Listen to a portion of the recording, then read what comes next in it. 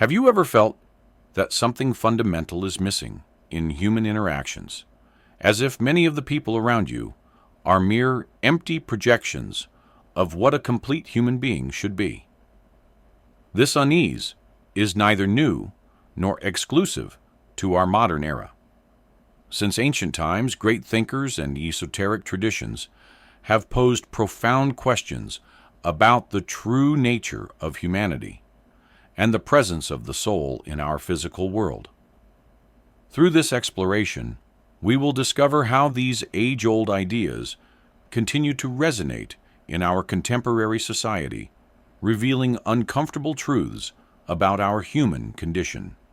The deep sense of disconnection we experience amidst bustling crowds isn't simply a matter of emotional loneliness or lack of adequate social bonds. It's something more essential, an intuitive perception that many of the bodies around us lack that vital spark that defines true humanity. This understanding isn't the product of modern paranoia or contemporary conspiracy theories, but rather finds its roots in ancient teachings that have been passed down through centuries by different spiritual and philosophical traditions. The words of Hermes Trismegistus over 2 millennia ago continue to resonate with surprising relevance today. His warning about the existence of soulless human forms shouldn't be interpreted as poetic metaphor or abstract concept. According to his vision, human development doesn't automatically culminate with physical birth. The body is just the first step, while the soul and spirit must be actively cultivated through conscious experiences and deliberate decisions. This perspective radically transforms our understanding of humanity, suggesting that true humanity is something to be earned, not automatically received at birth. Gnostic traditions represent a crucial bridge between these ancient teachings and our contemporary reality. The Gnostics developed a classification system that divides humanity into 3 fundamental categories: hylics, psychics, and pneumatics. This conceptual framework doesn't seek to establish moral hierarchies, but rather provides an accurate mapping of the different states of consciousness present in our society. Hylics remain trapped in the purely material realm, living to satisfy basic impulses and following predetermined patterns without ever questioning their purpose or meaning. They are like biological automatons, perfectly adapted to the superficial world, but incapable of transcending it. Psychics represent an intermediate category, those who intuit the existence of something beyond the material but haven't yet completely broken free from the limitations of the sensory world. They oscillate between moments of spiritual lucidity and periods of conformity with social expectations. These individuals are particularly interesting because their transitional state reflects the internal struggle many face in their search for deeper meaning. They feel that something fundamental is missing in their existence, but often confuse this sensation with material dissatisfaction or common psychological problems. Pneumatics, on the other hand, are those rare individuals who have fully awakened to their spiritual nature. They don't need to seek external validation or follow prefabricated patterns of behavior. Their connection with the spirit is so strong that they inevitably become agents of change, even if this means facing social discomfort and isolation. These awakened beings recognize the fundamental truth. True humanity isn't a birthright, but a personal conquest that requires courage, introspection, and constant commitment to personal growth. Modern analysis of these categories becomes especially relevant when we observe how our contemporary societies seem specifically designed to keep most of the population in basic hylic or psychic states. The culture of perpetual rush, obsession with purposeless productivity, and the supremacy of appearance over substance function as efficient mechanisms to keep collective consciousness asleep. Every push notification, every viral trend, every programmed news cycle contributes to this state of permanent distraction that prevents spiritual development. Helena Blavatsky, a central figure in modern occultism, expanded on these ideas with her concept of human shells. According to her vision, these beings aren't monsters or obvious anomalies, but perfectly integrated participants in society who, nevertheless, lack that essential spark that defines true humanity. They smile at appropriate moments, fulfill their social and professional responsibilities, but their existence lacks real depth. Most disturbingly, this condition doesn't arise from a conscious decision to reject spiritual development, but rather is the product of social programming that never allowed them to develop their spiritual potential. The Kabbalah offers an even more radical perspective with its concept of klipot, entities that not only lack inner light, but actively block its manifestation. These klipot aren't simply inert. They operate as forces of resistance against spiritual awakening. They respond aggressively to attempts at deep introspection and work to maintain the status quo of superficiality. However, the true revelation comes from understanding that these klipot don't exist solely as external entities, but also dwell within ourselves, representing those parts of our psyche that haven't yet been illuminated by consciousness. Paracelsus, with his concept of homunculi, provides a powerful metaphor that finds unsettling echoes in our technological age. These artificially created beings, though historically conceived as alchemical experiments, find their modern equivalent in individuals shaped by algorithms and conditioned by digital systems. Social media, recommendation engines, and programmed information cycles have created generations of human beings who respond mechanically to predetermined stimuli, reproducing behavioral patterns without ever questioning their origin or purpose. This situation reaches alarming levels when we consider how educational and work institutions have been designed to reinforce this state of unconsciousness. The school system prioritizes memorization over deep understanding, obedience over creativity, and conformity over individuality. In the workplace, mechanical efficiency is valued above genuine innovation, and critical questioning is often perceived as a threat to productivity. The soul, with its natural tendency to seek meaning and purpose, becomes an obstacle to this type of social organization. The crucial question emerging from this reflection isn't how many human shells exist around us, but what proportion of ourselves remains asleep. How many of our daily actions are conditioned reflexes triggered by social expectations? What percentage of our conversations consists of automatic repetitions of learned phrases? The true spiritual revolution begins when we accept that the greatest obstacle to our development isn't outside, but within ourselves. The work of identifying and transforming our own internal klipot represents the first step toward authentic humanity. This process of self-examination reveals an uncomfortable truth. The path to true humanity is inherently solitary. Those who awaken to their pneumatic nature inevitably find difficulty relating to most of their contemporaries.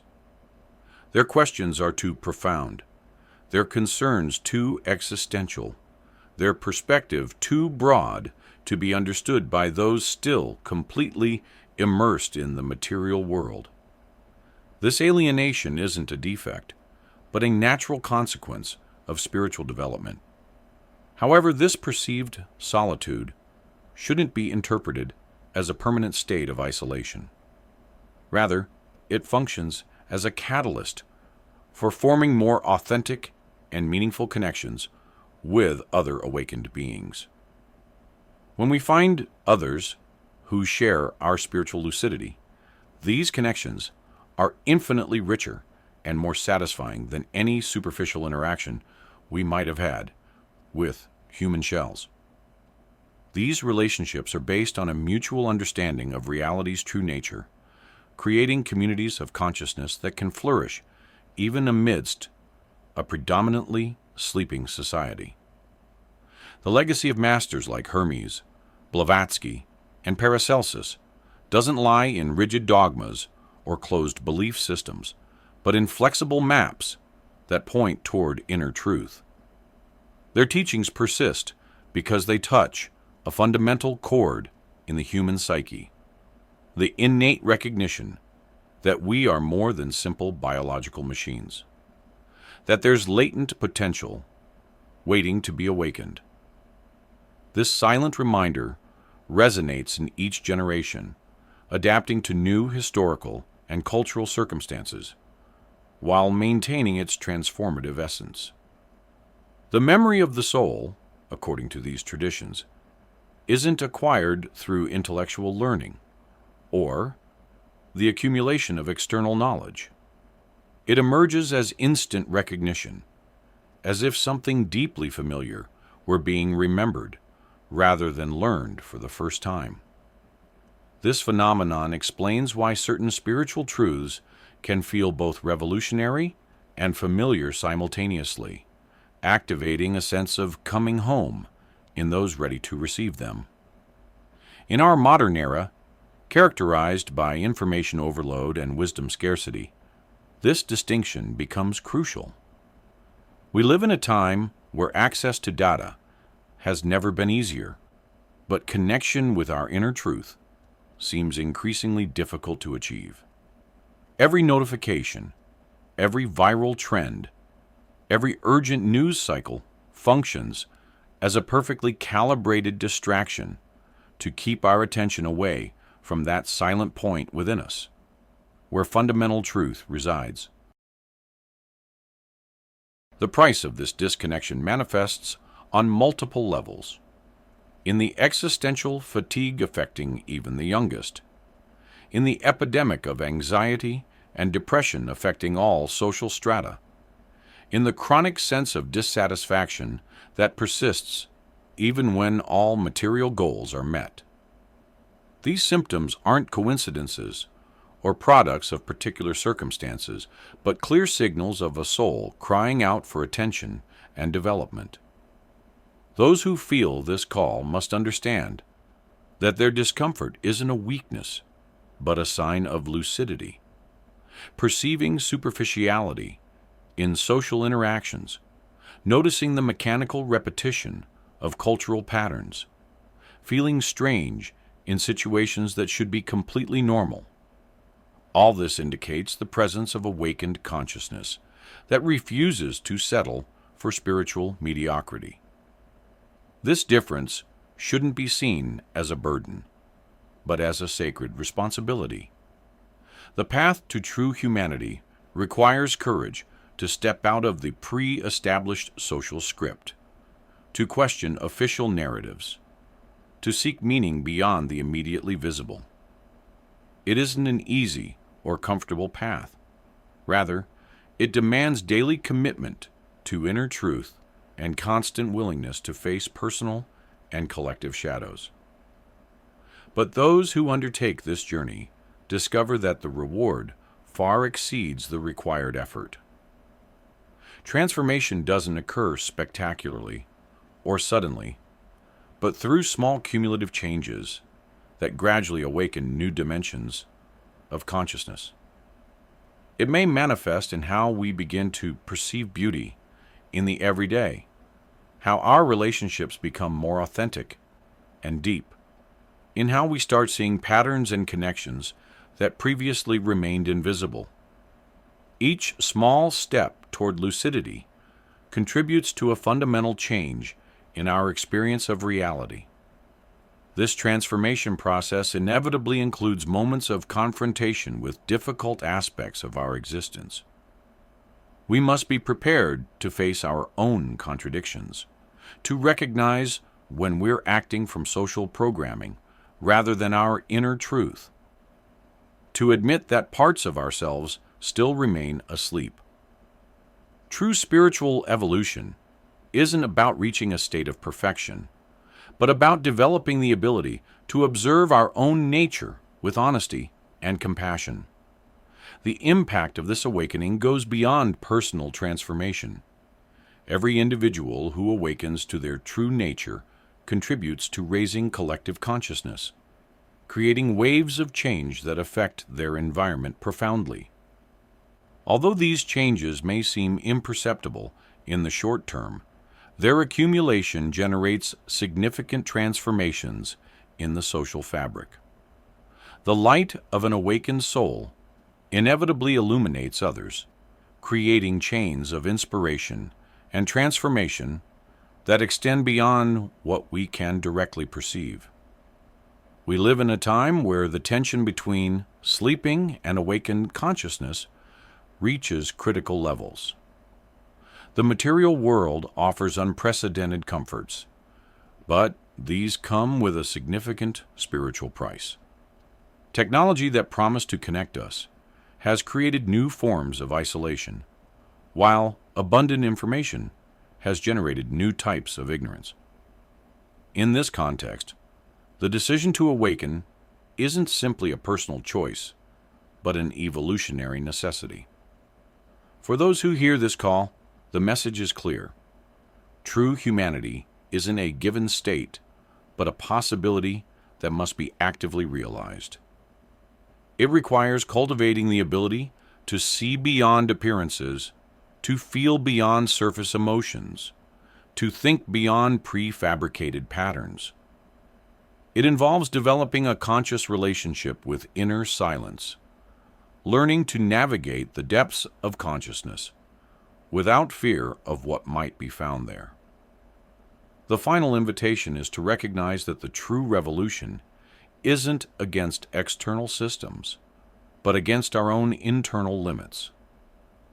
It isn't about changing the external world, but about transforming our perception of it.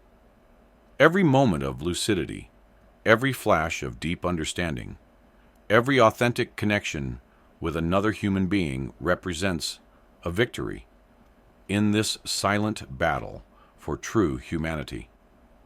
For those who have reached this point, maintaining their curiosity and openness, it's important to recognize that this isn't a solitary journey.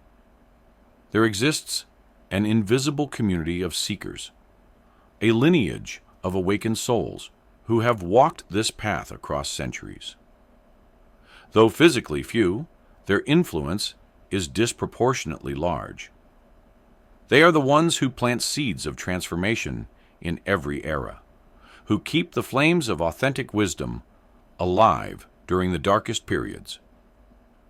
The true challenge isn't finding definitive answers, but keeping fundamental questions alive. It isn't about reaching a final state of enlightenment, but about preserving the ability to wonder, to maintain this radical openness.